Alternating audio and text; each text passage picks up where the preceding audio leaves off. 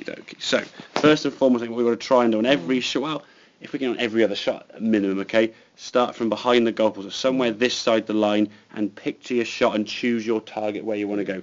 Not just lining up with the mat and just hitting golf balls over and over again. Because if you miss it a shot on the range, you know, you've got all these golf balls here to act as a second serve. It's about taking every single shot in its entirety as one golf shot and have a different target. So you get a little bit more related to play rather than just hit. And it could mean, I say, hitting 4 or 5 with a driver, 4 or 5 with a 5 wood, 4 or 5 with a 7 iron or an 8, and you change the club up. So you're getting into the habit of changing the clubs, because that, to me, again, is a skill set we need to get in golf. You tee off with a driver, so your tee shot on the first on the button, hit a driver.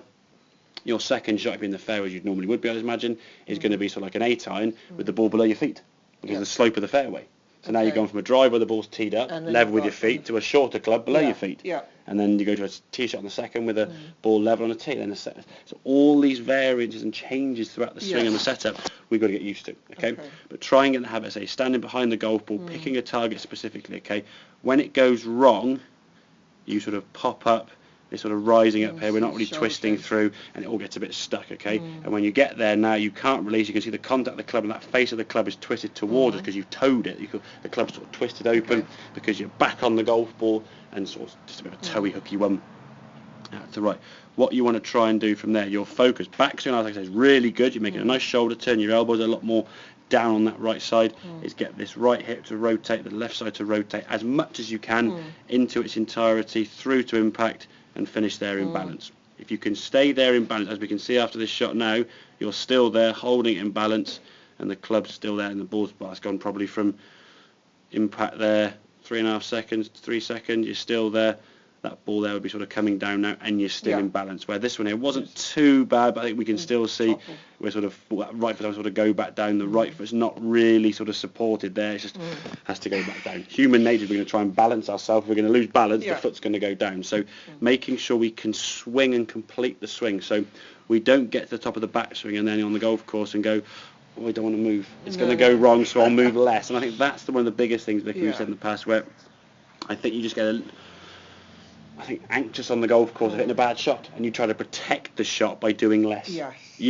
I would say, you know, you're swinging it great. You can see the evidence of that by seeing the shots there. You're swinging it really well.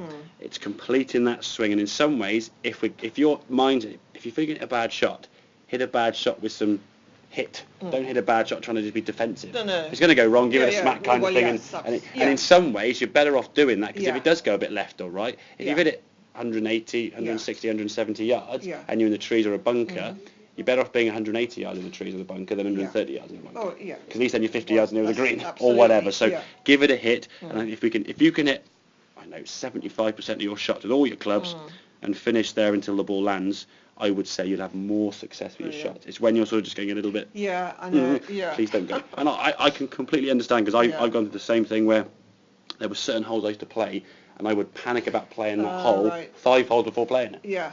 So my game for those 5 holes leading up to it were terrible, because you think, oh, here come... Exactly. And then you get on that 10. I would have loved to have had cameras watching my swings I made on that specific hole, because I'd imagine my swing would have looked horrendous. Because I got on that tin, panic set in. History had shown I had some bad shots in on that hole, and I got on the tin, it was almost like, it was panic, because, oh my God, I can't play this hole. And you just try and guide the ball down the fair, and I made some horrendous swings. But if I went through, I went through some sports psychology and look, what could I do to try and get over this? And it's just, in some ways, it's sort of making your practice, try and practice that hole on the range, giving yourself that sort of one shot at a time, rather than just sort of hitting 50, 60, 7 irons in a row, or 50, 65 irons or drivers, and going, well, the last one was good, whoop-de-whoop. It's one shot in golf, isn't it? And that one shot has to be committed to the shot, okay? So swing-wise, like I say, looking really good. I think I would say on a couple of your bad ones, you got a little bit defensive and negative. I'd imagine on the golf course there'd be more of that, so we can practice in a similar way to the way we play.